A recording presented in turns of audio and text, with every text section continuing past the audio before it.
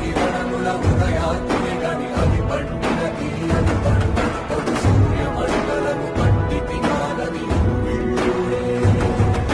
దేహం నాటున రవి మరుగై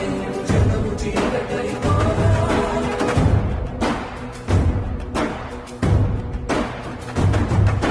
అది అమరేంద్రుడు గమనించి తన ఐరావతమధిరోహించి ఆంజనేయుని సమీపించి తన వజ్రాయుధమును విసరగా అది పవన నందనుని హనుముని తాకా చిందిన రక్త బిందువే